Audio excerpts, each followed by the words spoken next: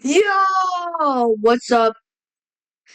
They recently found apparently a lost kid show. Let's see. Let's see if it's copyrighted. Because it's not copyrighted. Full VHS wrap up. Dude, I'm not clicking that.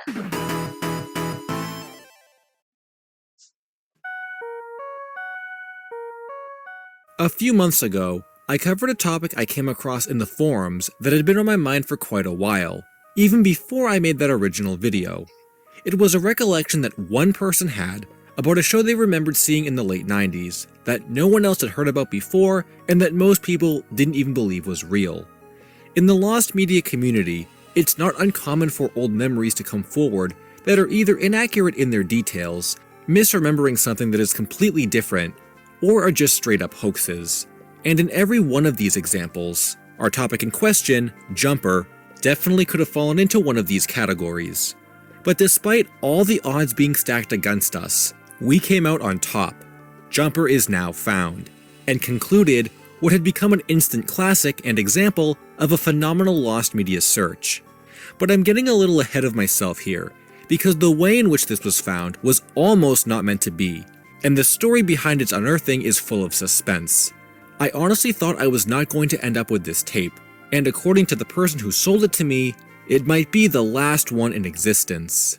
For those unaware or who might have heard about this search in passing before, this topic is about a kids show called Jumper, a direct-to-VHS tape series that starred a frog puppet and was recalled by Jupiter, the OP, from when they saw it in the late 1990s. Their cousin had a bunch of VHS tapes, and this production in particular was one that was watched over and over again. But in modern times, Jupiter could find no trace of Jumper on the internet. There was nothing about a frog puppet show, the lyrics that were remembered from the songs, or any mention of similar memories online. It was as if Jumper and this thread never actually existed, but the general backstory and details of this topic, coupled with the fact that it was believed to be a local production, seemed legit enough for people to look into, and they did. Early on, a little bit of light digging ensued, but there were no direct matches and only theories as to what became of this or why it was made in the first place.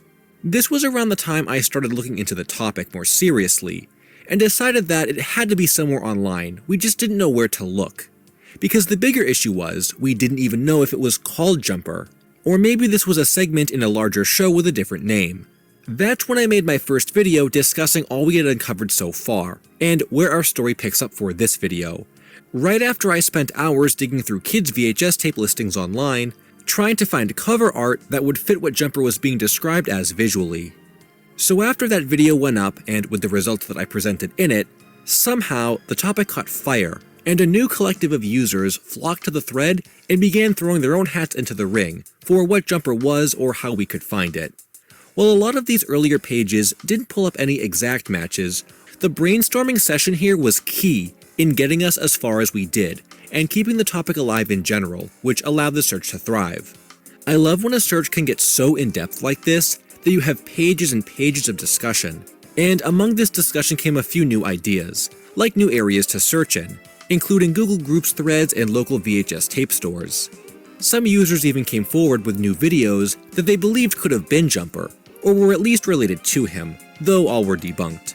A couple of hoaxes were even thrown into the mix too, which is crazy that Jumper gained so much popularity, people were trying to pull a fast one on us. Jupiter eventually made an updated list of what we knew about the show, what had been debunked, and where we could possibly take the search next to better increase our chances of coming across it. Admittedly, this was a little contagious, just looking around the internet for frog puppets, thinking you found the right one, and then posting about it in the thread. I came across a little closing logo for a company called Little Frog Productions from California, which is the area the Jumper tapes were spotted in. Some of the frog puppets that were shared were even from international content, which would have blown my mind if Jumper had actually been a localized show from somewhere else in the world. Searching for frog puppets specifically was such a vibe, but realistically, with how many frog puppets exist and with how common of a name Jumper is, it did not narrow down our search results at all, so my best efforts and other users did not give us any conclusive results around this time. But shortly after this period is when the search would find its first huge lead, and it was mostly a coincidence that this all lined up. Just the right set of circumstances to lead us in this direction. User Ferrets22 thought to use the copyright database and search for Jumper in it, to see if the name or name of the series had been officially registered, because if it had been, that would mean we'd have a name or company related to its production that we could then search for. And after looking into this, it brought up one result, a book called Jumper the Frog by author Peggy Collins.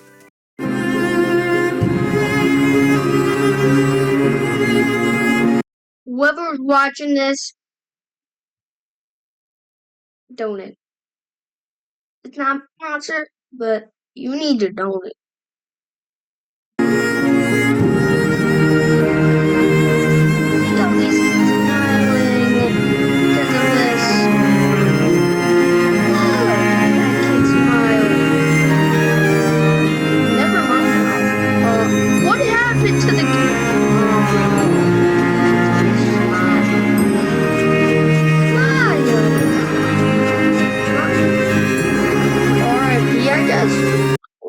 Now, obviously, we knew Jumper was supposed to be a VHS tape series, but it seems strange that there existed one book in the database with this exact name. So we theorized Jumper the VHS was an adaptation of Jumper the book, and that contacting Peggy would be the key in getting an answer either way. Jupiter, the OP, Googled Jumper the Frog Peggy Collins with quotations around Jumper the Frog, and came up with different results than when they searched that without the quotes. And in these results was something that changed the entire direction of this search, something that was found kinda by accident. We suspect this result might have only come up because the name Peggy Collins was mentioned in this result, even though it was not directly related to the book, and Google just happened to index it because of the way Jupiter searched. But basically it pulled up a PDF of Billboard magazine from July 1988, and within one of its pages sat an ad for a video series. This was called Jumper the Frog and Singing Simon, with an image of a cartoon frog in the corner, and text that reads, "Jumper says, leap with me into the pond of profits." The location listed on the ad is San Jose, California, and it was made by a company called Centerpoint Distribution. Putting all of these elements together, it confirms without a doubt that this ad is our first ever piece of documentation that Jumper was real. Everything here matches up with what was previously known about the show, that he was a frog named Jumper, it was a kids' VHS tape series, that Jupiter found the tapes specifically in San Jose, California, and that this was basically a marketing ad to get people to buy tapes of Jumper, with the intention of launching the series into a nationwide franchise, with t-shirts and toys apparently. While there was never any other mention or recollection of merchandise having been made for the show, we were confident this was absolutely the Jumper we were looking for. While the existence of this scan did confirm my theory that Jumper was online somewhere already in his presence, it didn't exactly help with us getting a tape of the show, since the company who produced it, Centerpoint Distribution, was long gone, along with their phone number and address, so we had no way to directly reach them and ask about this. But that's not to say this is the first time we've seen the name Centerpoint before. And if you remember back to my original video, I talked about a tape that I found when searching for kids show VHSs on eBay, specifically only in the San Jose area. This tape was called Iko You and Simon 2, which used a human character and a puppet, just like Jupiter had described Jumper to be. But at that time, I looked through a list of their other work on a database and found that none of it was kids show content, so I disregarded them as a lead. Jupiter 2 had said that there were no otters in Jumper, and that this production must have been something else, further debunking them from being related to Jumper at all. However, we were both very wrong about that, and could have come to this connection much sooner, if only either of us had actually watched more of Iko's content. While the Iko You and Simon 2 tape has now been archived in full online after the attention it got from this search, back months ago, there was only one short clip posted to YouTube, and it was sorta cut up and lacked any credits. I watched a little bit of it, but dismissed it after Jupiter checked and dismissed it as well. But would you believe that just a little further into this clip, do Iko and Simon start rapping about food? This is the famous food rap song that Jupiter recalled being in Jumper, further cementing the connection between these two productions. The character of Simon is also found on both productions, and to wrap everything up in a bow, Jupiter typed in Centerpoint Distribution, and indeed, Eco came up on their end too. Jumper and Eco were made by the same production company, and this was as solid as could be at this point. But even with this newfound information that Jumper and Eco were connected, it didn't lead to any immediate result in getting a tape. In fact, that's sort of where the direction of the search shifted.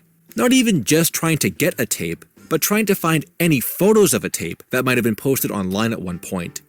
We still didn't know what the Jumper puppet looked like, or how many tapes in this alleged nationwide series were made, so people tried looking on the Wayback Machine for listings on old VHS tape websites and even checking to see if Centerpoint had made a website itself back then. But it didn't seem like they did.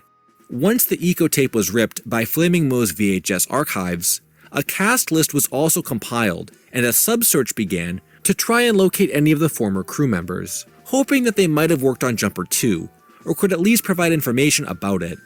Following all these crazy finds, I had to help out in some way and try to think of how I could find a Jumper tape. I went on another crazy search frenzy, looking for other old tapes being sold from Centerpoint Distribution, searching for Singing Simon from San Jose, and even looking through old listings that had already sold for Centerpoint tapes. But I didn't find anything else that I hadn't seen in the earlier months.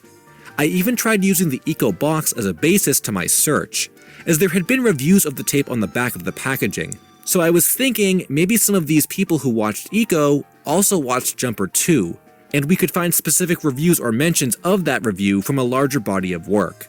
But I couldn't even find these specific publications that were cited on the Eco box. So once again, it felt like I and everyone else were at a dead end with trying to find any new content posted online that was connected to this company or these series. But then I had one final idea simply because it seemed easy enough to do. While we were all searching around the internet for any other mentions of Jumper or Centerpoint Distribution, I remembered that we actually had already found content readily available from them, and that was the original eBay listing for Eco U and Simon 2. So right here we have an active piece of evidence to look at. But it wasn't just the fact that this listing existed that caught my interest, and instead it was given the fact that the tapes were sealed, there was more than one in stock, and the seller was located in San Jose. It led me to believe that this may have been a case of these tapes, either from Centerpoint themselves or a distributor, that never sold its unused stock, which means it was also possible this seller was in possession of Jumper tapes and either never sold them or never even listed them on eBay. I almost wasn't going to send them a message about this because it just seemed too good to be true, but I did anyway because it was just easy enough to do. And this is when everything changed, and my madness ensued in trying to get my hands on a Jumper tape. Considering most of the other items the seller had up for sale, I really didn't think I'd get a response at all when asking if they had a Jumper tape. But to my surprise, it was the complete opposite. After asking specifically for Jumper the Frog and Singing Simon, they told me they were one of the producers of the tape and might have one in storage. And also that they were curious how I even knew about Jumper at all, since they said not many people did.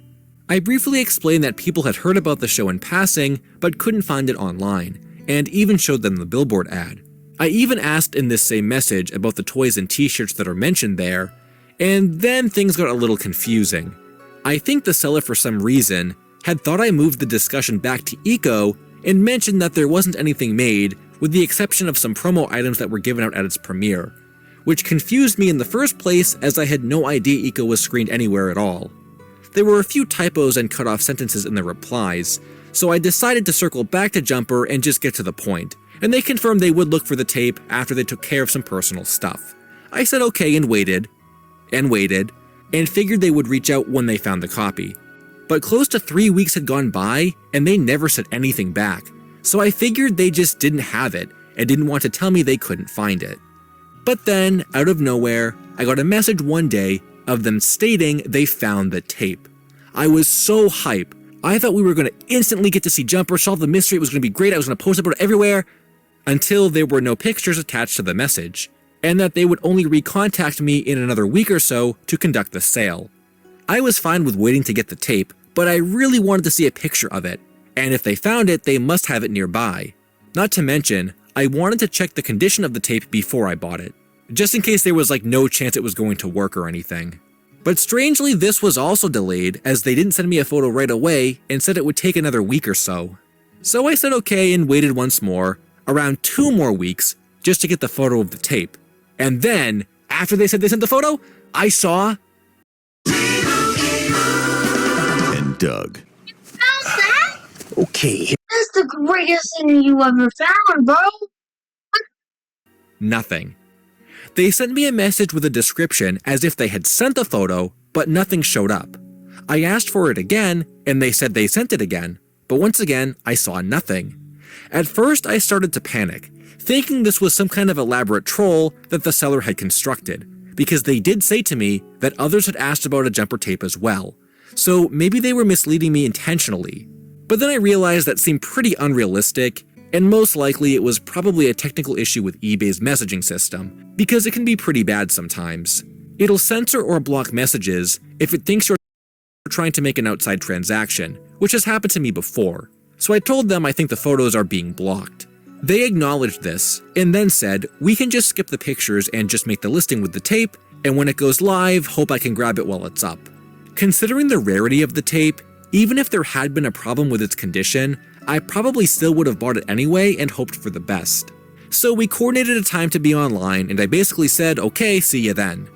Now at this point, my biggest fear was that someone unaware of the search would stumble upon that listing before me, buy it, and then we'd let our only chance at seeing Jumper slip away. So you better believe I camped right at my computer on that day, on that hour, and waited for the clock to strike at the meetup time. And then, nothing. I kept checking my inbox waiting for them to send me a link, but it just never came. I waited for a half an hour before I figured they just forgot. Or who knows, maybe this actually was a troll, because at that point I still hadn't seen the tape. And then I was just about to close out of eBay, before thinking, let me check their current listings, in the event that maybe it had been listed without them notifying me. And yep, that's what happened. They had made a listing for the tape without messaging me saying it was actually up. The listing itself was even all decked out like a proper listing would be, when honestly I thought they were just going to throw something up quickly because they knew I would be the only person seeking it out to buy. Though after the fact they did inform me that there was a technical issue that prevented them from posting it on time, so that explains the delay. But regardless, I am really thankful to the seller for working with me so closely to ensure I was able to get the tape, so I really appreciate that. And then finally got to see what Jumper looked like on that tape cover. Kinda. Unfortunately, the seller had obscured the front of Jumper's cover, but from what we could see in the listing, neither the front or back had any images of the puppet itself, or what the show even looked like. However, the 2D image of Jumper used was the same one from the Billboard magazine ad, and the back text confirmed the songs Jupiter was remembering from being on the tape. So the mystery of the cover continued for even longer, until the package finally arrived. I was so excited thinking that the puppet might accompany the drawn artwork on the other side. Someone in one of my live streams even suggested maybe the seller intentionally hid it to keep it a surprise. That would have been a really fun reveal. But after unboxing, I discovered it was drawn artwork of Singing Simon. Even the label on the tape did not have the puppet on it. And I was just like, oh, it's been 2 months since I first got confirmation of this tape existing. I just want to see the gosh dang puppet. The whole product, however, was in remarkable condition, with the exception of the glue on the label creating some dark coloring, but everything else looked perfect. I was very confident this was going to play. So with my newly purchased capture equipment in hand, and connected working VHS player, I put the tape in and for the first time in 30 years, got to experience what on earth Jumper and Singing Simon was all about. And wow, was it quite an experience indeed. Do you hear something? Yeah.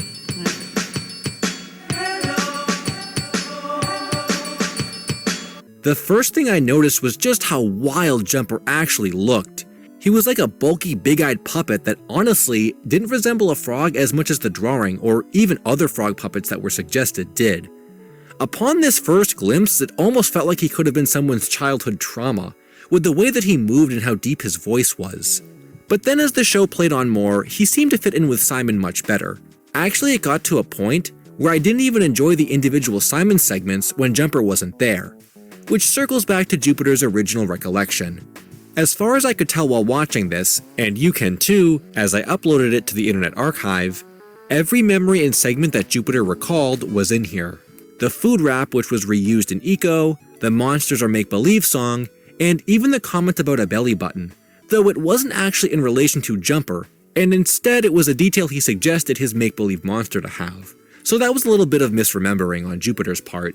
His belly button. His belly button? Why, how could I have forgotten his belly button? You can't have a monster without a belly button. There's just no way. And then when the tape came to its conclusion, they sang a song that was actually really depressing, given the context of what happened to this series.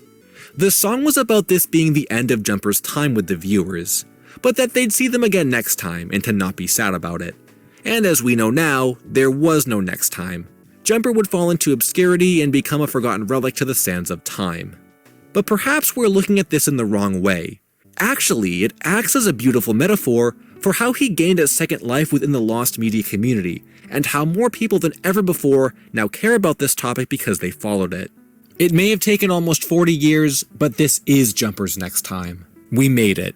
This spiritual revival concluded in a blaze of glory with a sick guitar solo at the end. Jumper shreds it, and that was my favorite scene of the whole video. And now here we are. While yes, the main mystery of Jumper is solved, and this tape specifically seems to be the one Jupiter was remembering, that's not actually where the whole mystery ends. We still don't know for certain if any other Jumper content was made. The tape itself has a number 1 on it, which is not handwritten and is printed, meaning that even when this was made, they were anticipating making more episodes. Not to mention, while I was doing all of this back and forth with the seller of the tape, the thread in the forums was still active on its own, making additional contacts from people who worked at Centerpoint. User LostFrog2024 even said that some of these crew members were reunited in a group chat and were talking again after all these years, which was a really heartfelt bonus. One of these crew members also claimed to have a storage unit with Centerpoint content in it, where it's believed more Jumper tapes reside. Maybe there's a second episode in there that was never released, or at least pieces of it that were produced, because I also heard from someone on Twitter that was helping with the search that a second episode of Eco Audio was stated to have been recorded but never put to visuals. We also don't know where either the Jumper or Eco puppets are, which would be a phenomenal bonus to the search, as lost physical items are always fun to look for. And now that we have all these people on our contact list, it might be possible. I would love to see the actual puppets and cover their reappearance in a future video, so I really hope we can make that happen. In conclusion, we've solved the main mystery of Jumper, what it is, where it came from, and why it became so obscure. From what the community has gathered, Jumper was basically the pilot to better kids show productions Centerpoint wanted to make, which could be the reason why Eco exists at all. Jumper is dated 1988, whereas Eco is 1990, so even if more Jumper content exists, there can't be too much more of it. This search has been so fun to be a part of, and I hope it can continue in the future as we uncover more secrets from the Jumper universe.